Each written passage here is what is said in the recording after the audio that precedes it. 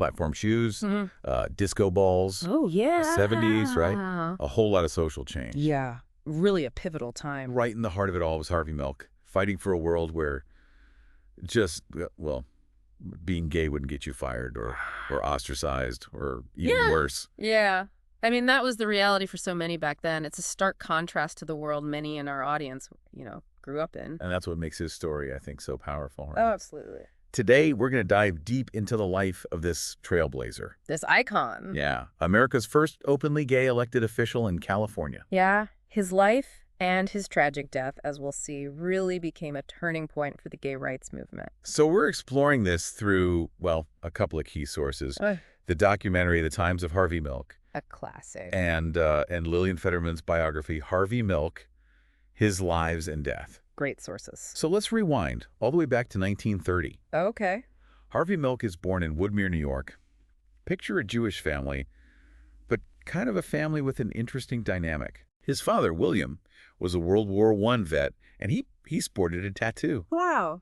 Pretty rebellious for the time, especially in that community, right? Yeah. And his mother, Minnie, was a feminist, Ahead of her time. Yeah, way ahead of her time. One of the first women to enlist in the Navy during World War I. So, I mean, can you kind of see the seeds of activism already being planted? Oh, absolutely. I mean, that family dynamic, that willingness to challenge norms, that definitely shaped Harvey's outlook. Imagine young Harvey seeing his parents, push boundaries. It must have fueled his own courage later on. Yeah, and even as a kid, Harvey was a natural performer. He loved the local theater. Oh, really? But not just for the movies. He'd get a thrill out of winning the raffle before the show because the prize was getting to go up on stage and, be in the spotlight. Be the center of attention. Wow, it's almost like a glimpse of the charismatic public figure he'd become. Yeah, for sure. But as he got older, another side of him emerged. His sexuality. And being gay in the 40s and 50s, that was a dangerous secret to keep. Oh, absolutely. A very different time. Can you imagine living with that kind of fear? It's hard to fathom. Our sources, they paint a picture of this world of secrecy and clandestine meetings and just this constant threat of arrest. Right. Harvey himself was actually arrested as a teenager in Central Park. Oh, wow. I didn't know that. For sunbathing, shirtless, in a known cruising area. Oh, wow. They released him without charges. Oh, okay. But it's a chilling reminder. Absolutely, of the risks. Of the risks that gay men face just for being themselves. Just for existing. And that fear, it followed him into adulthood. She becomes a high school history teacher. Okay. But even though he loved teaching, the thought of being exposed, that was terrifying. Yeah, it could cost him everything. His job, his reputation, everything. Yeah. It was grounds for dismissal. Really a dark time. And so he ended up quitting before it could become a scandal. It's heartbreaking to think about all that talent, all that potential. Stifled by the prejudice. By just the hate. But thankfully, his story doesn't end there, right? Right. In 1969, he's 39 years old. Okay. She decides to make a change. Heads to San Francisco. Oh, wow. With some friends from the theater world. They were staging the musical Hair.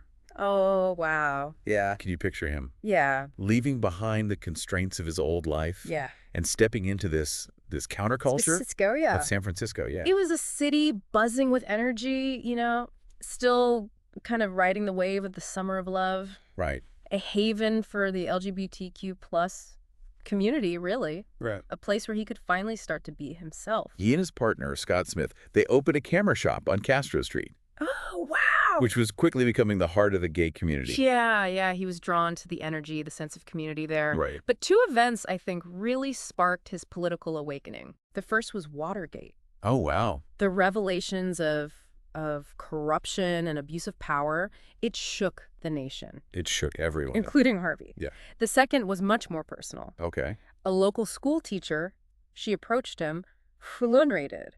She couldn't get basic supplies for her classroom. Oh, wow. It was a small issue on the surface, but for Harvey, it highlighted this much larger problem, a system that wasn't working for ordinary people. And that's when he decided to take action. Okay. 1973, he runs for San Francisco's Board of Supervisors. Bold move. He loses that election. Oh. And the next two after that. Wow. He faced an uphill battle running as an openly gay candidate in a time when that was still considered radical. Yeah. But he didn't give up. No.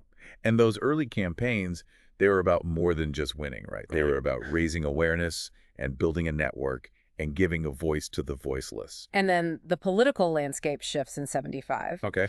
A new mayor, George Moscone, elected, and he pushes for a major change in local elections.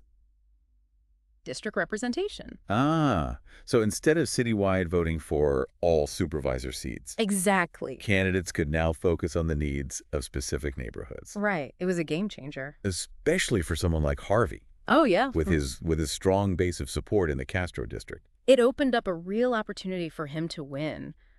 But there was another force at play, too. The growing gay rights movement, gaining momentum across the country. Right. But it was also facing fierce opposition.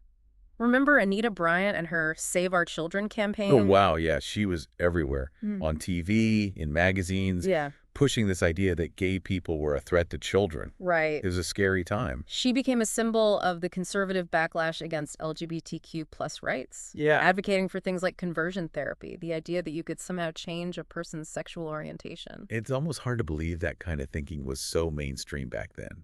I know. But it really shows how much progress has been made, right? Yeah, absolutely. But in 77, when Harvey ran for supervisor again, this time in District 5, the fight for gay rights was front and center. And he won. He did. It was a historic moment. Absolutely. The first openly gay person elected to public office in California. The celebrations in Castro Street, they must have been amazing. They were electrifying. People poured into the streets, dancing, singing, waving rainbow flags. Wow. It was a moment of pure joy and hope. Yeah. A sense that things were finally changing. But as with any political victory, there were challenges ahead. Right. Remember how the new district system helped Harvey get elected? Yeah. Well, it also brought in some very conservative supervisors, Yeah. including Dan White. Right. White was a former police officer and firefighter, Okay. representing a more traditional segment of San Francisco. I see. He and Harvey clashed on almost every issue. And their conflict came to a head over Harvey's gay rights bill. Oh, right. Which aimed to outlaw discrimination based on sexual orientation. In housing, employment, public accommodation. It was a bold move. And it put Harvey right in the crosshairs of the conservative backlash. Yeah, what's interesting is that Harvey initially tried to work with White, Really? even making a deal to secure his vote for the bill, but ultimately their values and worldviews were just too different. A high-stakes game of political chess. Yeah. The gay rights bill eventually passed, Okay. but it came at a cost. Yeah, White felt betrayed, and his resentment toward Harvey grew. And, it's worth remembering that White was also struggling personally. Yeah. His small business had failed. He was facing financial difficulties. He seemed increasingly isolated. It's a reminder that even in the midst of these political battles, there are Yeah. human stories playing out. Right. And sometimes those stories take a dark turn. Yeah, on November 27, 1978, that darkness descended on San Francisco. That's the day of the assassination. Dan White snuck into City Hall through a basement window, went to Mayor Moscone's office, and shot him. Oh, wow. He then reloaded his gun, went to Harvey's office, and shot him as well. It was a devastating moment, a senseless act of violence. It shook the city and the nation. And then Dianne Feinstein, then president of the Board of Supervisors, Right. had to announce the deaths. To a stunned press corps. And that evening, thousands of people spontaneously gathered in Castro Street, A candlelight vigil, a city in mourning. trying to make sense of the tragedy. And then came the trial of Dan White. Which became infamous for the Twinkie defense. Oh, right. Now, it's important to understand the nuances here. The defense didn't actually claim that Twinkies made White kill Milk and Moscone. Right. They argued that his consumption of junk food was a symptom of his severe depression, Okay. which led to diminished capacity. But the Twinkie label stuck, It did. and it really trivialized a very serious issue. The jury found White guilty of manslaughter, not murder. Manslaughter. He served just 5 years in prison. Wow. A verdict that outraged many. It did, and it ultimately led to the elimination of the diminished capacity law in California. It's amazing the repercussions of this one event. Yeah. But even amidst the anger and the grief, Yeah. there was a glimmer of hope. Harvey, knowing he was a target, Right. had recorded an audio will. In it, he urges LGBTQ plus people to come out, to be visible, to fight for their rights. He says, "If a bullet should enter my brain, let that bullet destroy every closet door." A chillingly prescient statement. It is. but also a powerful call to action. Absolutely. He believed that visibility was the key to ending prejudice. Right. And that even in the face of danger, it was essential to live openly and authentically. And his words have resonated through the decades, They have. inspiring generations to fight for equality. Yes. It's hard to fathom the impact of a political career that barely spanned a year. Yeah. But Harvey Milk's story, It's incredible. it's a testament to the power of one voice, One person. willing to stand up for what's right. No matter the cost. His life may have been tragically cut short, It was. but his legacy continues to inspire. that iconic quote, come out wherever you are." Powerful. It became a rallying cry for a generation. For people yearning for acceptance, for equality. In the progress, since his death, It's undeniable. marriage equality, increased visibility, greater acceptance in mainstream society, It's a testament to the work of countless activists. including Harvey Milk. Absolutely. But let's not kid ourselves, the fight's far from over. Oh, absolutely. We're seeing, a resurgence of anti-LGBTQ plus sentiment in some parts of the world. Yeah. Efforts to erode hard-won rights, to silence voices, to turn back the clock. It's scary. It's a sobering reminder that progress is fragile. Yeah.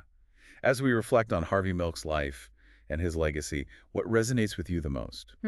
For me, it boils down to courage. Courage. The courage to be yourself, to speak truth to power, to fight for what you believe in, even when it feels like you're standing alone. Yeah. Harvey Milk embodied that courage. He did. And his story reminds us that we all We all have the potential. have the potential to make a difference. It's a powerful message, Especially today. especially in today's world. We face new challenges, new forms of discrimination. New threats to the progress we've made. But Harvey Milk's story, it reminds us that hope, Hope is never lost. that change is possible, And that even small acts of courage, can have a ripple effect. they can. So as we wrap up our deep dive into Harvey Milk's life, I want to leave you with a question. Okay. What would Harvey Milk say about the state of LGBTQ plus rights today? That's a good one. What would he see as the biggest challenges? Yeah. And how would he urge us to continue his work, It's something to think about. to discuss, And maybe to turn into action? we always encourage you to explore further. Yes. Watch the documentary. The Times of Harvey Milk. Read Lillian Fetterman's biography. Harvey Milk, His Lives and Death. Delve deeper into the history of the gay rights movement. It's a story of bravery, of heartbreak, and ultimately of hope. A story that's still being written. And we each have a role to play in shaping its future.